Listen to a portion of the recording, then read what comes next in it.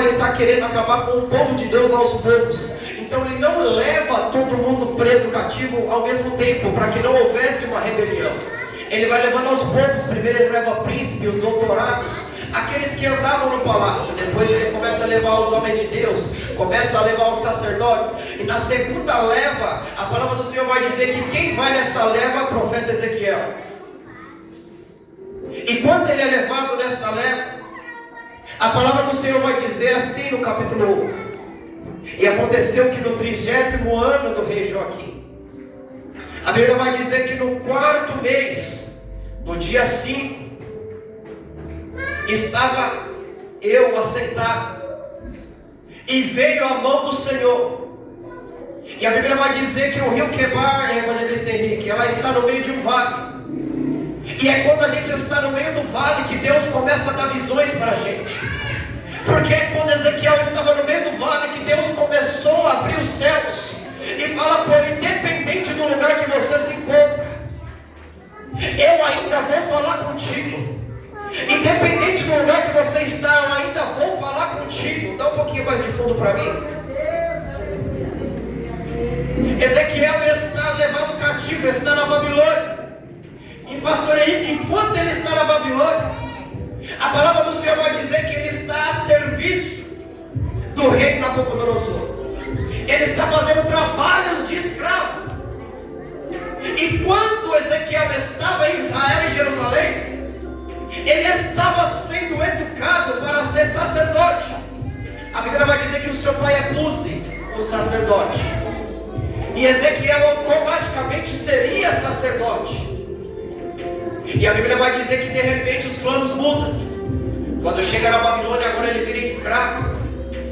Coisa triste é você se preparar a vida inteira para algo e de repente mudar as coisas. Tem coisa na nossa vida que a gente não planeja, pastor.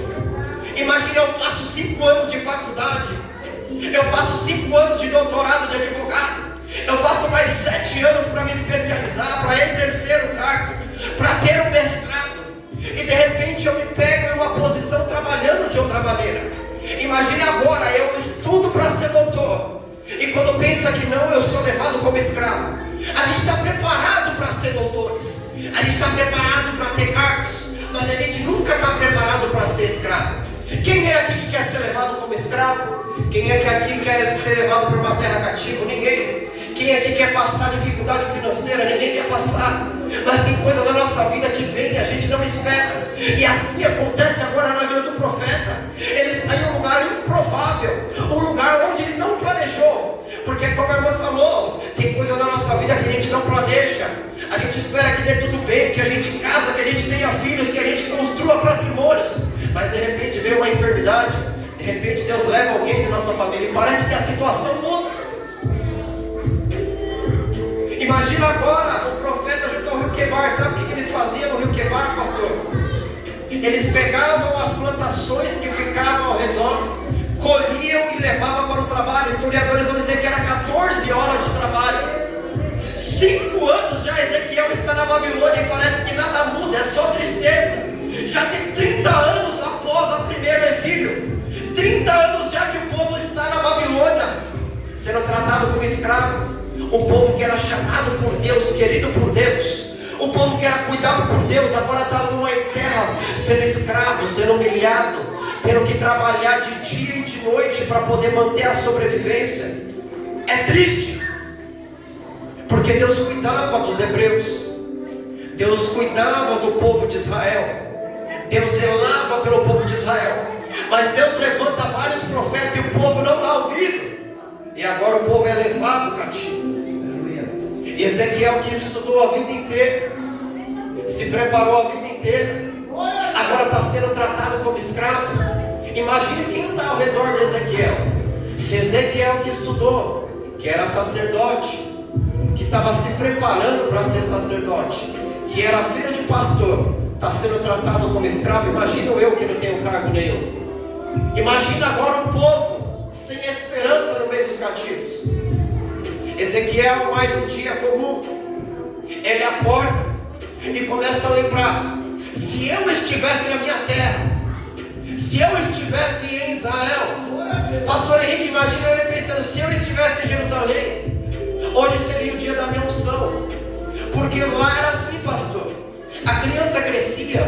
sacerdote da descendência de Arão, todos eram sacerdotes, todos eram levitas da casa de Deus.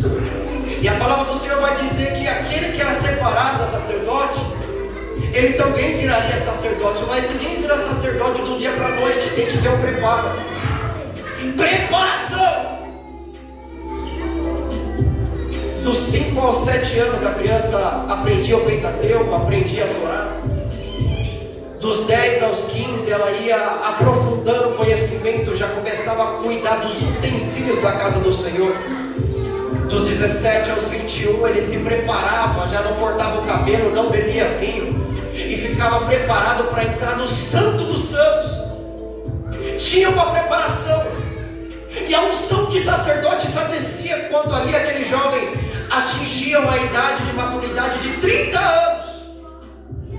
Ou seja, de quando nasce até os 30 anos em preparação para que desça a unção. E o problema nos dias de hoje é que tem camarada que mal começou a caminhar, já quer ser ungido. Não está preparado, mas quer unção. Não está preparado, mas já quer um milagre. Não está preparado e quer que Deus abra as portas.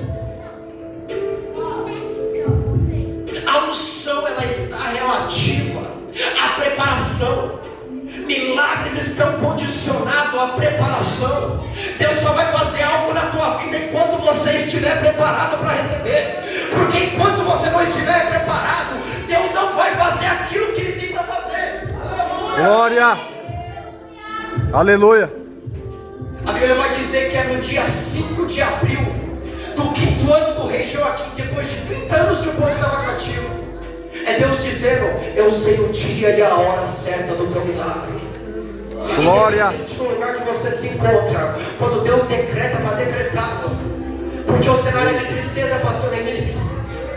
Se estivesse em Jerusalém, estava sendo consagrado a pastor, a sacerdote, mas ele está num lugar improvável. E o povo achava que Deus estava limitado a Israel. O povo achava que Deus só operava em Jerusalém. Mas o meu e o teu Deus, Ele não está em lugar. O meu e o teu Deus, Ele vai aonde eu e você for. Se nós estivermos no Brasil, Ele vai estar. Na China também Ele está. Se descermos a mais profundezas, lá Ele também vai estar. Deus não está destinado, não está compactuado a espaço. E o povo achava que Deus só estava em Jerusalém. Não, independente do lugar que o povo esteja, mesmo que seja no lugar de cativo, Deus também está lá.